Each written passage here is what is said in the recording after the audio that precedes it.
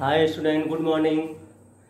कल मैंने फंक्शन के ग्राफ आपको बताए थे, ठीक है। कुछ एक ग्राफ बताया था मैंने, तत्समक का ग्राफ बताया था, y बराबर एक्स स्क्वायर का ग्राफ बताया था और y बराबर एक्स घात 3 का ग्राफ बताया था। उनके प्रांत और परिसर के बारे में बात किया था। और आगे नेक्स्ट बात करता हूँ कुछ और फलन का। 4th नंबर पर अचर फलन के बारे में बात कर लेता हूँ। इसके बारे में अचर फलन के बारे में थोड़ा सा डिस्कस कर लेता हूँ। तो अचर फलन कैसा होता है और किस प्रकार का होगा और उसको कैसे सॉल्व करेंगे। अचर मतलब क्या होता है? कांस्टेंट। ये तो सुना ही होगा। अचर क्या बोलते हैं? कांस्टेंट बोलते हैं। इस पे फोकस करते हैं कि ये क्या बनेगा। कुछ इस टाइप से होता है कि अचर मतलब क्या हो जाए? जिसका मान ना बदले। अचर का मतलब क्या हो गया? जिसका मान आपका ना बदले। तो उसको कैसे सॉल्व करेंगे, चलो देखते हैं। कुछ इस टाइप से फलन मिलेगा। एफ एक्स इक्वल टू में क्या मिल जाएगा? सी। एफ एक्स इक्वल टू में क्या मिल जाएगा? सी। अब यहाँ पर एक्स का मान कुछ भी रखो, सी पे कोई चेंज होगा? यहाँ पे एक्स तो आगे है ही नहीं, चेंज कुछ भी नहीं होगा। तो इसका एफ एक्स को ही अपन क्या लिखते हैं? वाई। एफ एक्स को ही क्या लिखते हैं अपन? वाई। तो इसका सिंपल सा ऐसे बन जाएगा, वाई बराबर सी का ये ग्राफ बन जाएगा। ये क्या हो जाएगा? ये बन जाएगा आपका एफ एक्स इक्वल टू में सी। ये सिंपल सी बात है और कुछ नहीं है, ठीक है। इसका प्रांत और परिसर के बारे में थोड़ा सोचिए आप। प्रांत क्या बनेगा? प्रांत एक्स अक्ष सब कुछ ले सकता हूँ। और परिसर इसका क्या बन रहा है? देखिए ध्यान से। तो परिसर क्या बन रहा है? कुछ भी मान रखोगे हमेशा क्या मिलेगा? सी मिलेगा। आप एक्स का कोई सा भी मान लो, यहाँ पर भी देखो तो आपको मान क्या मिला हुआ है? सी। यहाँ पर भी सी, यहाँ पर भी सी। एक्स के किसी भी मान के लिए ये क्या मिल रहा है? सी। और कुछ तो दे नहीं रहा है, तो परिसर इसका क्या हो जाएगा? सी हो जाएगा। परिसर इसका क्या हो जाएगा? सी हो जाएगा। अब आते हैं कुछ 5वें नंबर ग्राफ, शायद मॉड का मिलेगा आपको, मापांक फलन का। हाँ, मापांक का मिलेगा। क्या मिलेगा? मापांक फलन। इसको साफ करता हूँ क्योंकि इसमें टाइम लगेगा आपका। मापांक फलन कैसा होता है उसको देखते हैं।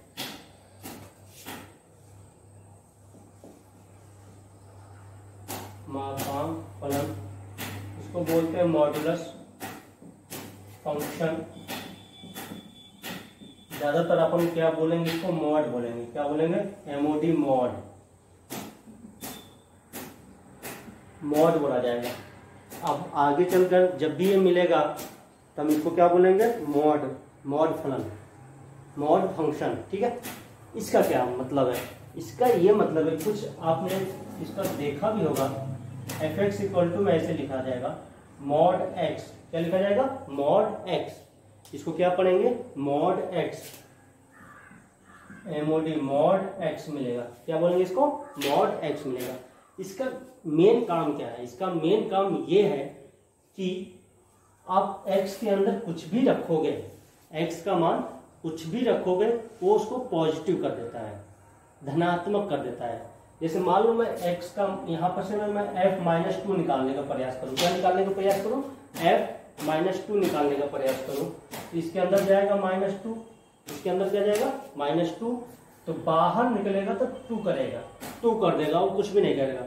यदि इसके अंदर माइनस रख दिए, याद रख लेना, अब ये बहुत ही इंपॉर्टेंट फलन है अपने पास। ये बहुत ही इंपॉर्टेंट फलन है अपना, ये समझ लेना आप। तो आप मॉड के अंदर कोई भी संख्या रखो, पॉजिटिव रखो या नेगेटिव रखो। पॉजिटिव रखोगे तो पॉजिटिव दे देगा, नेगेटिव रखोगे तो क्या कर देगा? उसको पॉजिटिव कर देगा। ऐसे मान लो आपने f-3 रखा तो -3 मॉड में क्या देगा? ये 3 दे देगा। पॉजिटिव रख दिया, 1/2 रख दो, 1/2। तो ये भी इसको, ये तो पॉजिटिव था तो पॉजिटिव देगा, नेगेटिव नहीं देगा। तो आप इसके ग्राफ के बारे में बात करते हैं तो ध्यान से देखो थोड़ा सा। इस पे आपके पास जो ये मॉड एक्स दिया हुआ है, ठीक है। तो x का मान क्या ले सकते हो आप? प्लस भी ले सकते हो, माइनस भी ले सकते हो, ठीक है।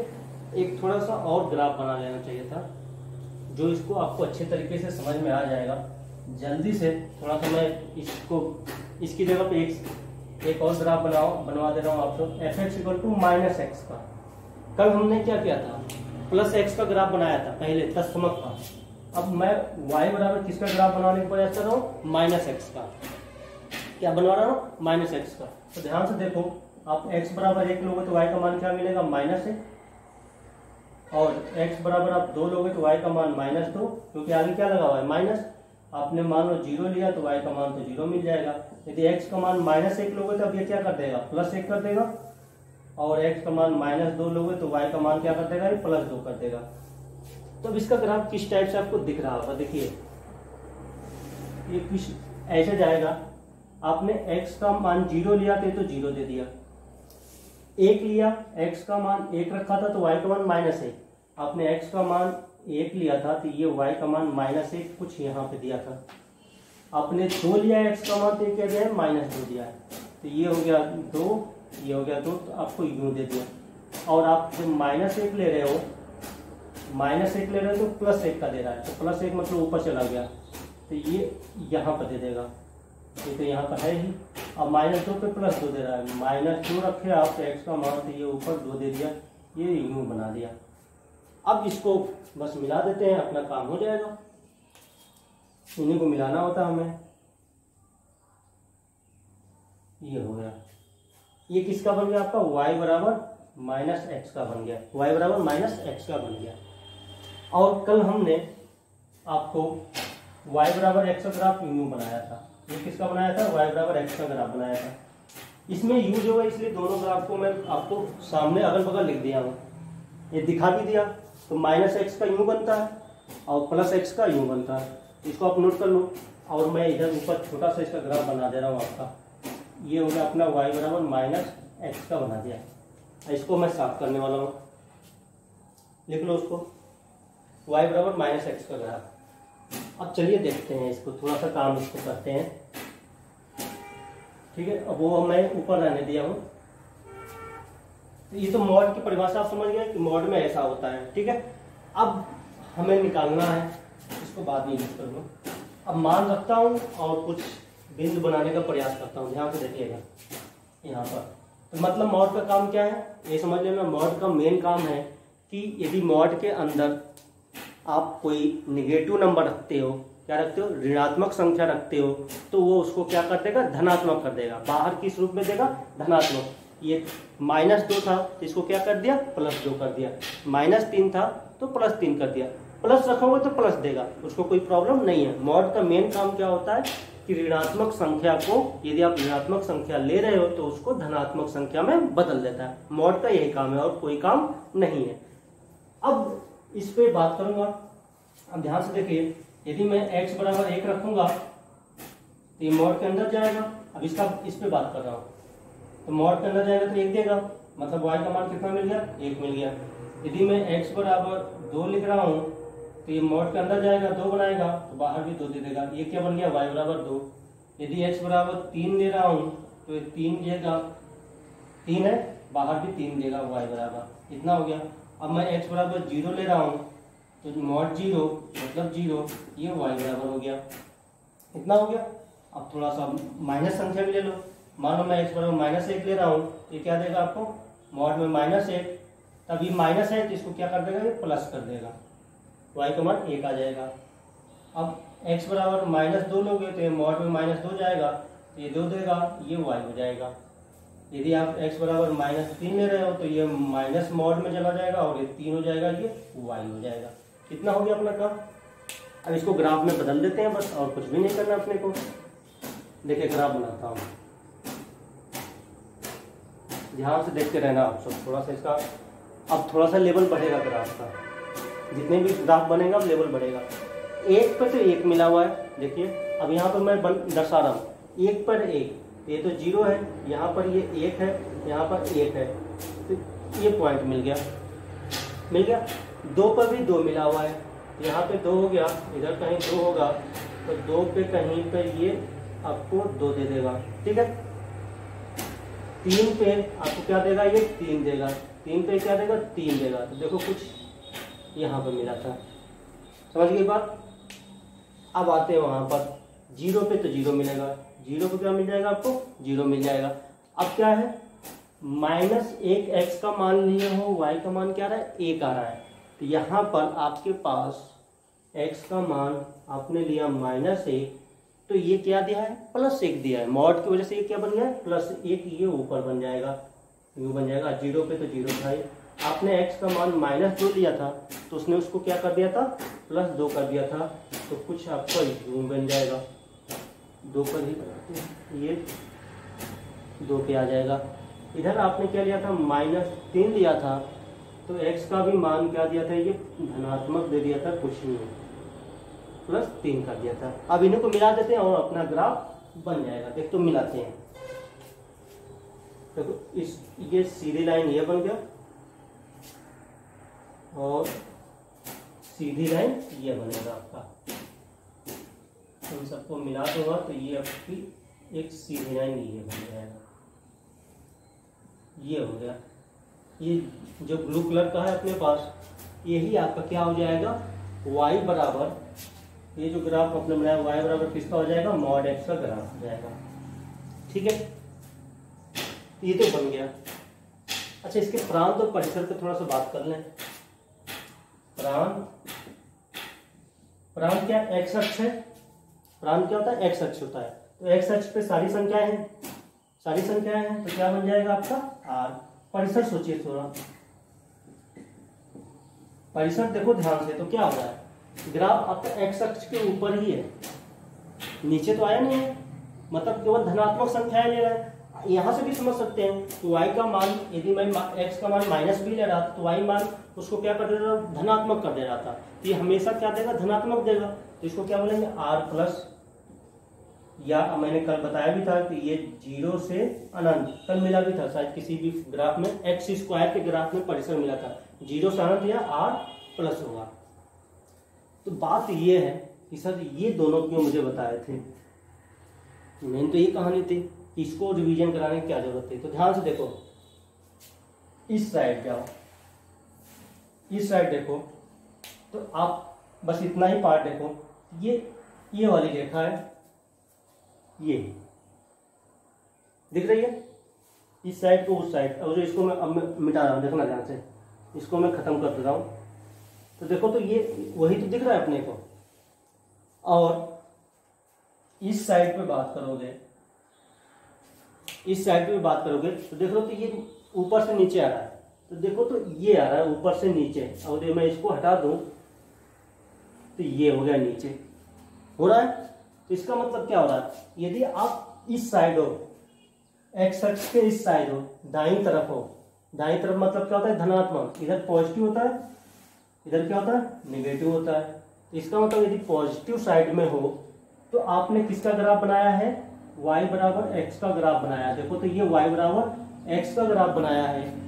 यदि नेगेटिव साइड हो तो आपने इसका क्या नाम है, y बराबर -x। इसका आपने किसका ग्राफ बनाया था, y बराबर किसका बनाया हुआ है, -x का बनाया हुआ है। किसका बनाया है, -x का आपने ग्राफ बनाया है। तो अब हम क्या करेंगे, जो अपने पास ये fx बराबर मॉड x है, इसको हम परिभाषित करेंगे। क्या करेंगे, परिभाषित करेंगे। कैसे परिभाषित करेंगे, ध्यान से देखना आप, कि यदि आपका x का मान 0 से बड़ा हो या बराबर हो, 0 से बड़ा मतलब इधर धनात्मक, कोई भी संख्या 0 से बड़ा मतलब क्या होता है, धनात्मक, दिमाग में बैठा लेना, क्या ये धनात्मक है। x का मान 0 से बड़ा हो या धनात्मक हो तो हमें क्या मिला है, y बराबर x मिला है। मतलब ये मॉड x का मान जो हमें क्या मिला है, x मिला है। ये याद कर लेना, मैं तो हालांकि समझा के लिखवा दिया हूं, नहीं हो पाए तो भी याद करना कि यदि x का मान धनात्मक है, यदि मॉड x को मैं परिभाषित करूँ, मॉड x को खोल दे रहा हूँ, मॉड को हटा रहा हूँ, मेन काम क्या है, मॉड को मैं हटा दे रहा हूँ।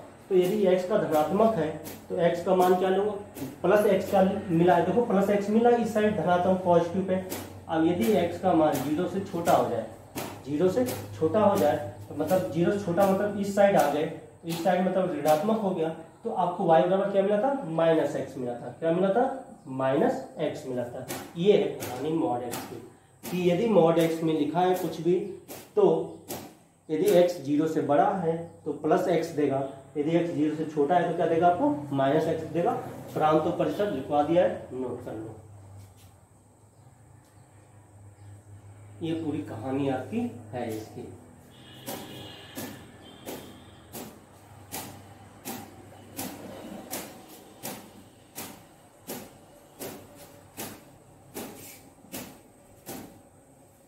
तो देख लिया मॉड मतलब धनात्मक है तो प्लस एक्स लिखा था और ऋणात्मक है तो माइनस एक्स लिखा है, ऋणात्मक है तो माइनस एक्स लिखा है। इसके बाद आपको धनात्मक है तो प्लस एक्स, ऋणात्मक है तो माइनस एक्स, ये हो गया। अब अपने पास एक नया फलन आ रहा है जिसका नाम है चिन्ह फलन। इसको क्या बोलते हैं? चिन्ह फलन, वैसे बोलते हैं सिग्नम, सिग्नम बोलते हैं, सिग्नम, सिग्नम ही तो है, सिग्नम फंक्शन। इसको क्या बोलते हैं? Signum function. ये क्या है? ये भी बहुत ही जबरदस्त फंक्शन है अपने पास, चिन्ह फलन या सिंगम। ये कौन है? सिंगम है, ठीक है। इसका मेन लिखने का तरीका, जैसे आपको अभी तक एफ एक्स लिख के आ रहे थे, अब ऐसे लिखा जाएगा एस जी एन एक्स। क्या होगा? S g n, s g n, s g n का मतलब हो जाएगा चिन्ह फलन या सिग्नम फंक्शन। सिग्नम फंक्शन का मेन काम क्या है? देखना ध्यान से, इसको परिभाषित पहले ही कर दिया गया है। क्या किया गया? परिभाषित पहले ही कर दिया गया है। हमने मॉड एक्स को ग्राफ बना के दिखाया था, परिभाषित किया था। इसमें क्या है कि इसको पहले ही परिभाषित कर देते हैं। देखो, यदि आपका x 0 से बड़ा है, मतलब धनात्मक है, x क्या है? 0 से बड़ा है या धनात्मक है, तो जो एस जी एन है, जो सिग्नम x का मान है वो 1 देगा। यदि एस जी एन के अंदर, एस जी एन के अंदर मतलब आपको बोले कि सिग्नम 2 का मान बताइए, सिग्नम 2 का मान बताइए, तो ये क्या है? 2 क्या है? धनात्मक संख्या है, तो इसका मान हमेशा क्या देगा? ये 1 देगा। ये है चिन्ह फलन के मतलब। मीनिंग मतलब क्या है कि आप इसके अंदर यदि धनात्मक संख्या कोई भी रखोगे तो हमेशा क्या देगा? 1 देगा। जैसे मॉड की अलग परिभाषा थी, मॉड में क्या है? धनात्मक संख्या है तो धनात्मक देगा, ऋणात्मक संख्या है तो उसको धनात्मक में बदल देगा। इससे एसजीएन का मतलब है कि यदि उसके अंदर पॉजिटिव संख्या रख दिए कोई, तो वो हमेशा क्या देगा? आपको 1 देगा। और यदि इसके अंदर आपने x बराबर 0 पे रखा तो ये 0 देगा। क्या देगा? 0 देगा। और आपने यदि ऋणात्मक संख्या रख दिया तो ये क्या देगा? -1 देगा। मतलब एस जी एन 0 पे 0 देता है। और मान लो कोई ऋणात्मक संख्या मैं रख रहा हूँ, मान लो -2, तो ये क्या देगा? आपको -1 देगा। ये है इसकी छोटी सी कहानी। ये बहुत ही छोटा है, इसमें इसकी कोई औकात भी नहीं है। तो अब ध्यान से, जब इसका ग्राफ बनाने के लिए आपसे बोले तो कुछ भी नहीं है। देखो 0 पे क्या देगा? 0, 0 पे 0 देगा। यदि आप 0 से ज्यादा हो तो देखो 0 को आपको नहीं लेना है, यहाँ पर 1 है, यहाँ पे क्या है? माइनस। ये हमेशा 1 देगा या तो -1 देगा। तो यदि आप ध्यान से देखना, इसका ग्राफ बनाते हो 0 को नहीं लेना है, 0 पे बराबर का चिन्ह नहीं लगाए, क्योंकि 0 पे क्या है? 0 है। और 0 से बड़ा लोगे तो वो क्या देगा? आपको 1 देगा, हमेशा 1 देगा। ये लाइन क्या है? y बराबर 1 की है। ये लाइन क्या है? y बराबर 1 की है। यदि आप 0 से छोटा रखोगे, 0 से छोटा रखोगे कुछ यूं, तो ये हमेशा -1 देगा, इस रूप में दे देगा आपको। ये कौन सी लाइन है? y बराबर -1 है। ये 0 पे क्या दे दिया? 0 दे दिया, एक ग्राफ दे दिया। प्रांत और परिसर बोलो। प्रांत देखो तो x अक्ष इधर भी लिया जा रहा है, इधर भी, ऊपर भी देखो, इसके ऊपर भी ग्राफ मिला हुआ है, इधर भी ग्राफ मिला हुआ है। तो प्रांत तो परिसर में, इसमें थोड़ा सा बच्चे कंफ्यूज हो जाते हैं इसके परिसर में। शुरुआत में पूछा जाए परिसर क्या होगा? परिसर सोचिए आपको क्या होगा। आप सोच सकते हो तो सोच लो, नहीं तो देखो मान क्या मिल रहा है, या तो ये 1 दे रहा है, या तो ये 0 दे रहा है, या तो -1 दे रहा है, इसके अलावा कुछ भी नहीं दे रहा है। तो इसका परिसर बनता है -1। इसको मंझला कोष्ठक में लिखते हैं। इसका कोष्ठक का मतलब भी आपको मैंने बताया भी था कि मंझला कोष्ठक में जो भी लिखा होता है वो क्या होता है? या तो -1 या तो 0, केवल -1, केवल -0 और केवल 1। छोटे कोष्ठक में जो लिखे होते हैं 2 से, मान ऐसे लिखा होता है 2 से 5 तक की सारी संख्याएं, 2 से 5 तक की सारी संख्याएं, 2 से 5 तक की सारी संख्याएं। बड़ा कोष्ठक में लिखा हो तब भी क्या होगा? 2 से 5 तक की सारी संख्याएं। लेकिन यदि यही 2,5 मंझला कोष्ठक के अंदर लिखा हो तो केवल 2, केवल 5, केवल 2, केवल 5, या तो 2 लोगे या तो 5 लोगे। बात समझ में आ गया? लेकिन इसमें क्या है? 2 से 5 तक की सारी संख्याएं, 2 से 5 तक की सारी संख्याएं इसमें केवल 2, केवल 5, तो आपको केवल -1 मिला है, केवल 0 मिला है, केवल 1 मिला है, इसलिए इसको किस में लिखा है, मझला कोष्ठक में लिखा है। नोट कर लीजिए।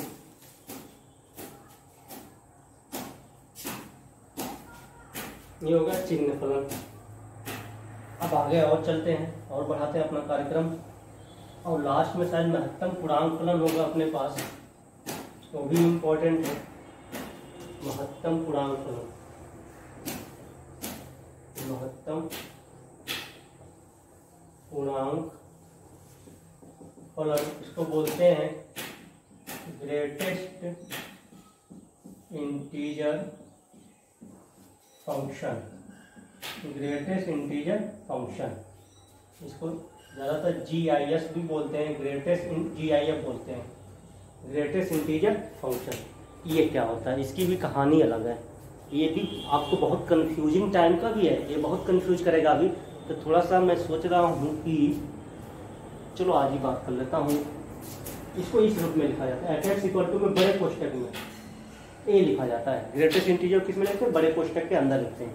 किस में लिखते हैं, बड़े कोष्ठक के अंदर। जैसे मॉड को देखा था, 2 खड़ी लाइन था अपने पास, ये मॉड, इसका मतलब हो गया ये महत्तम पूर्णांक फलन है। क्या है, महत्तम पूर्णांक फलन है। इसकी कहानी अलग है, जैसे आपने सिग्नम को देखा है, ऐसे इसकी भी कहानी अलग है। महत्तम पूर्णांक फलन की बात थोड़ा सा ध्यान से समझना और देखते रहना।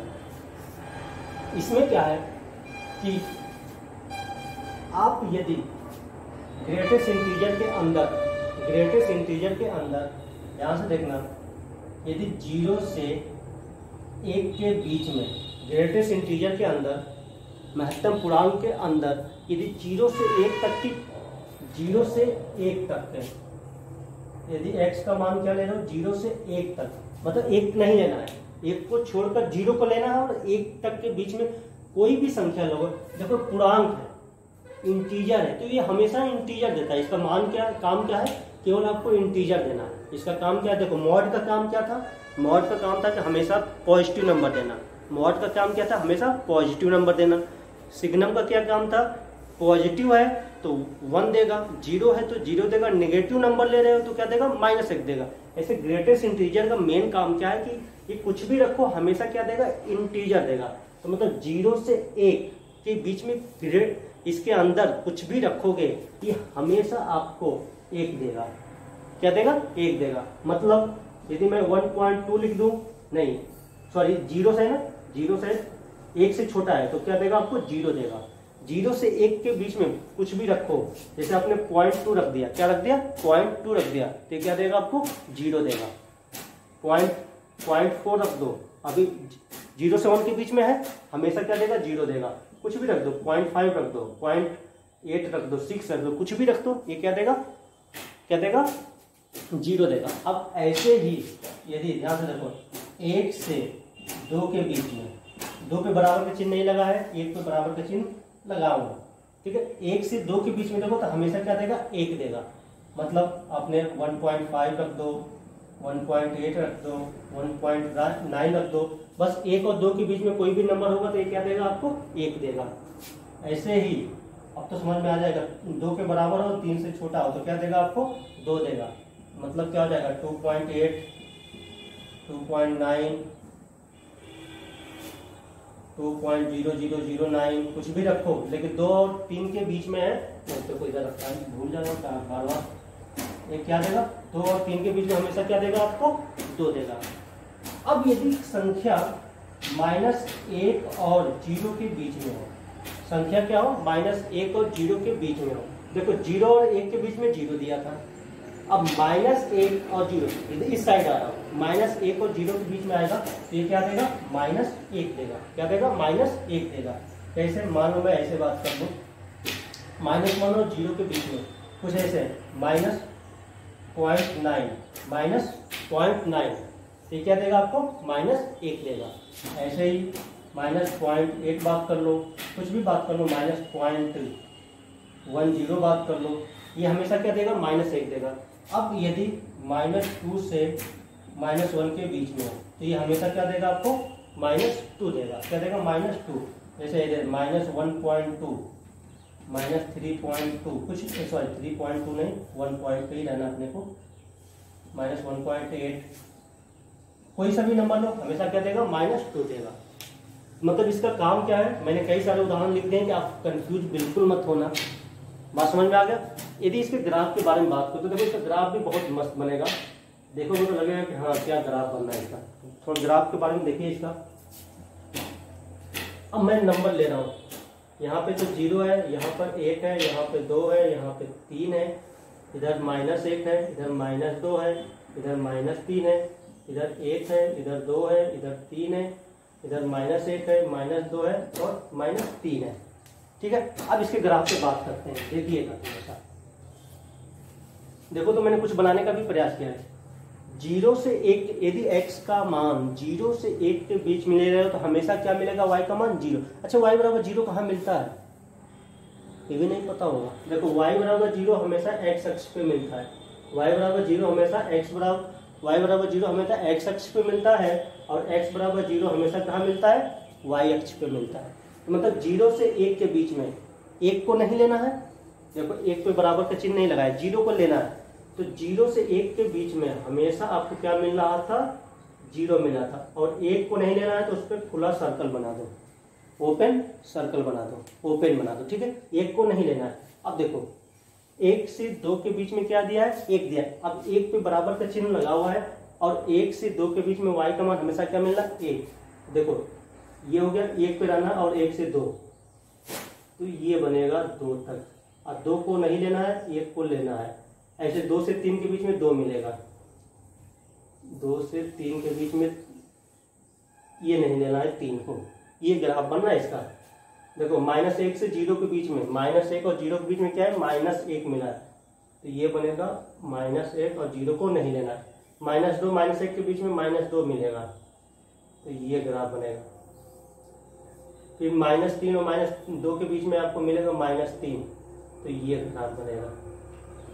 ये है ग्राफ इसका, ये रेड कलर वाले ग्राफ है। तो इसका प्रांत सोचो, प्रांत तो मैं सभी ले रहा हूँ r, x अक्ष पे सारे मान ले रहा हूँ r। अच्छा y पे क्या निकल रहा है, y पे देखो तो 0 मिला है, 1 मिला है, 2 मिला है, 3 मिला है, -1 -2 -3, क्या मिला है, केवल पूर्णांक संख्याएं मिल रही है, सारी संख्याएं नहीं मिल रही है। तो क्या मिल रहा है, परिसर इसका क्या हो गया, परिसर इसका हो गया i मतलब क्या हो गया, पूर्णांक। अब शायद मैंने सारे फलन के बारे में बात कर लिया हूँ। 1-2 फंक्शन और है जो नेक्स्ट लेक्चर में डिस्कस कर लूँगा। इसके बाद फलन का ग्राफ के बारे का, ग्राफ का जो भी कार्यक्रम है अपना खत्म हो, ये इसकी प्रैक्टिस कर लेना, ये इम्पोर्टेंट भी है। Bye bye.